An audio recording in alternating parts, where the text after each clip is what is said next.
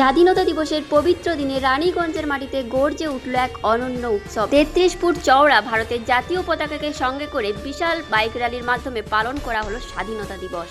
এখানে অংশগ্রহণ করেছিলেন প্রায় 100+ রাইডার্স। শুধুমাত্র আসানসোল রানীগঞ্জ নয়, জেলার বাইরে এমনকি রাজ্যের বাইরে থেকেও কিন্তু বাইকার্সরা এখানে অংশগ্রহণ করেছিলেন। এবং শুধু ছেলেরা নয়, এই র্যালিতে মেয়েরাও কিন্তু কাঁধে কাঁধ মিলিয়ে অংশগ্রহণ করেছে, প্রমাণ করেছে দেশপ্রেমে কোনো ভেদাভেদ নেই। স্বাধীনতা মানে সবার সমান অধিকার, সমান সম্মান, সমান শক্তি। এবং আরও একটা চমক রয়েছে, প্রচুর সুপার বাইকার্সও কিন্তু এই প্রোগ্রামে অংশগ্রহণ করেছিল। বাইক আর ইঞ্জিনের গর্জনে ছড়িয়ে পড়ল স্বাধীনতার এবং দেশপ্রেমের এক অন্যরকম আবেগ। স্বাধীনতার বার্তা দিতে একত্রিত হলো আর গ্রুপ রানীগঞ্জ বাইকার্স।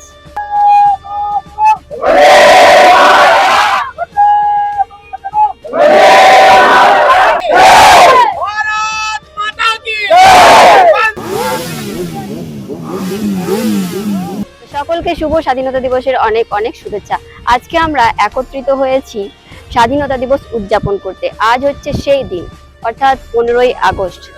1947 সালের 15ই আগস্ট বহু ত্যাগ এবং সংগ্রামের পর আমরা পেয়েছিলাম স্বাধীনতার স্বাদ।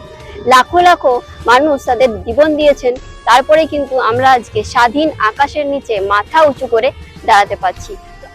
তো আজকে সেই দিনটা, অর্থাৎ 15ই আগস্ট। তো আজকের দিনে আজকে চলে এসেছি একটা অন্যরকম এক্সপিরিয়েন্স করতে, অন্যরকম ভাবে পালন করতে স্বাধীনতা দিবসটা।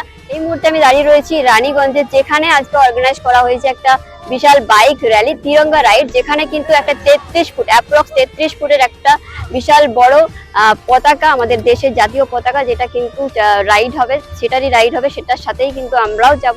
তো সেই বিশাল এবং একটা ইউনিক র্যালিতে পার্ট হতে পেরে নিজেকে বেশ ধন্য মনে করছি এবং থ্যাঙ্কস জানাই রানীগঞ্জ আর গ্রুপকে, যারা আমাদেরকে এই সুযোগটা দিয়েছেন তাদের র্যালিতে অংশগ্রহণ করার। তো চলুন সঙ্গে থাকুন, পুরো ভিডিওতে সমস্ত থাকবে, যে কোথা থেকে কোথায় রাইড হচ্ছে, কিভাবে রাইড হচ্ছে, তো সমস্ত থাকবে। তো সঙ্গে থাকুন, দেখতে থাকুন। 15ই আগস্টের দিনে আমরা সকাল সকাল পৌঁছে গেছিলাম রানীগঞ্জ স্কোয়ারে, অর্থাৎ শুভদর্শিনী হসপিটালের ঠিক পাশের লোকেশনে। এখানেই কিন্তু প্রথমে ফ্ল্যাগ হোস্টিং হবে, তারপরেই কিন্তু সেই রাইডটা স্টার্ট হবে। তো চলুন, আমরা পৌঁছে গেছি, এবার দেখে নিই কী কী প্রিপারেশন হয়েছে। তো এই যে হচ্ছে সেই লোকেশন, আর এই হচ্ছে সেই বিশাল পতাকা, প্রায় 33 ফুট চওড়া এই পতাকাটি রয়েছে, এটাই কিন্তু আজকে রাইড হবে। আর এই যে হচ্ছে সমস্ত বাইক, এখনো অনেক বাইক আসতে বাকি রয়েছে, মোটামুটি কিছু জন এসছে। তো চলুন, এই নতুন এক্সপিরিয়েন্সটার সাক্ষী আজকে আপনাদেরকেও করতে চলেছি। তো যেমনটা বলেছিলাম, 33 ফুট চওড়া পতাকা, অনেকটাই কিন্তু লম্বা, সেটার জন্যই প্রিপারেশন প্রথমে চলছিল। প্রথমে বাইকে ট্রায়াল দেওয়া হচ্ছিল, কিন্তু বাইকে একটু প্রবলেম হচ্ছিল, অর্থাৎ যেহেতু অনেকটা লম্বা, ওটা কিন্তু মাটিতে মিশে যাচ্ছিল, যার জন্য কিন্তু সেটা বাইক থেকে ট্রান্সফার করে 4 চাকাতে বাঁধা হলো, তারপরে কিন্তু রাইডটা স্টার্ট হবে। তো চলুন, তার আগে আমি দেখিয়ে দিই যে কি কি বাইক এসেছে। যেমন আমাদের মেন কেন্দ্রবিন্দু হচ্ছে আজকে জাতীয় পতাকা, তার সাথে কিন্তু চমক রয়েছে এই যে বাইকের বিভিন্ন রকমের লুক অনেকেই পছন্দ করেন, আমার মনে হয় যারা বাইক লাভার তারা পছন্দ করেন। তো বাইকের লুক আপনাদেরকে শেয়ার করছি। যেমনটা আবারও বলছি, প্রথমে বলেছিলাম শুধুমাত্র আসানসোল রানীগঞ্জের নয়, কিন্তু জেলার বাইরে থেকে এমনকি রাজ্যের বাইরে থেকেও কিন্তু প্রচুর বাইকার্স এসেছেন। যেমন দুর্গাপুর, বাঁকুড়া, বর্ধমান, পুরুলিয়া, ধানবাদ, বার্নপুর, নিয়ামতপুর, কুলটি, বরাকর, এসব জায়গা থেকে বহু বাইকার্স কিন্তু এখানে পার্টিসিপেট করতে এসেছেন আর গ্রুপ রানীগঞ্জ বাইকার্সের ডাকে স্বাধীনতা দিবস উদযাপনে। আর যেটা বিশেষ চমক ছিল এই রাইডের সুপার বাইকস, তার মধ্যে অন্যতম ছিল Kawasaki Ninja 1000, Kawasaki ZX6R, Kawasaki ZX4, আর Suzuki Hayabusa, Kawasaki Z900, Triumph Street Triple, KTM adventure 390। এছাড়াও আরও প্রচুর বাইক ছিল, তার হয়তো আমার নামই জানা নেই, কিছু কিছু আমি বলার চেষ্টা করলাম। এই ব্যাপারে আমার কিন্তু নলেজটা একদমই নেই বললেই চলে, আর নেই বলেই কিন্তু আমি এটার এক্সপিরিয়েন্স করার জন্য পৌঁছে গেছিলাম রানীগঞ্জের মাটিতে, নতুন কিছু এক্সপিরিয়েন্স করতে। যেটা আপনারা সকলেই হয়তো জানেন যে আমি চেষ্টা করি সবসময় নতুন কিছু আপডেট দেওয়ার।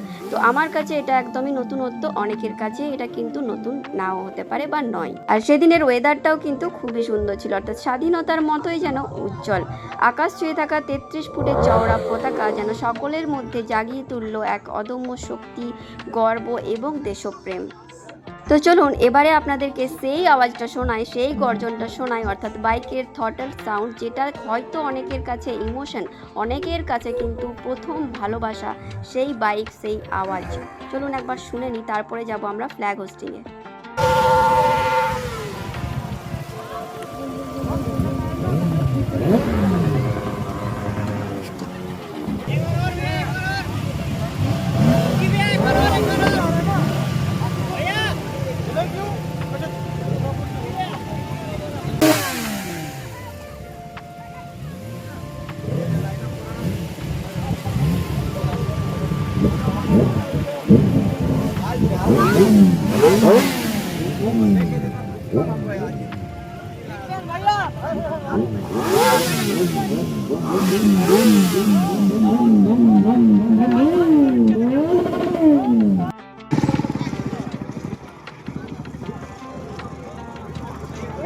একেই দিয়েছে কিনে পুরো বাচ্চাদের কভার হয়ে গেছে, বাচ্চাদের ইন্টারেস্ট কত দেখো, বাপ রে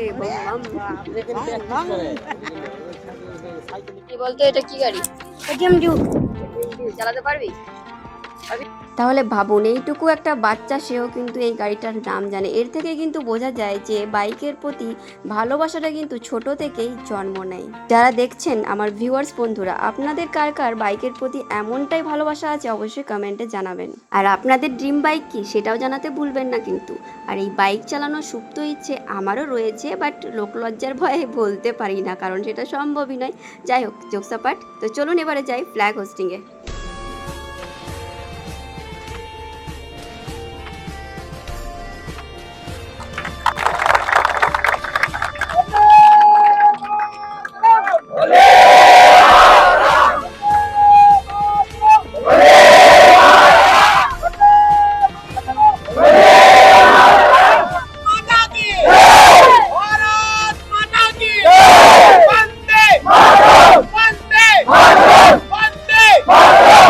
চলুন এবারে সেই রাইডের জন্য আমরা তৈরি। সামনে উড়বে ভারতের জাতীয় পতাকা এবং তাকে অনুসরণ করে আমরা এগিয়ে যাব আসানসোলের উদ্দেশ্যে। এই রাইড শুধুমাত্র রাস্তা পেরোনো নয়, এই রাইডের বাইকের যে আওয়াজ সেটাই যেন স্বাধীনতার গান, দেশপ্রেমের জন্য শপথ।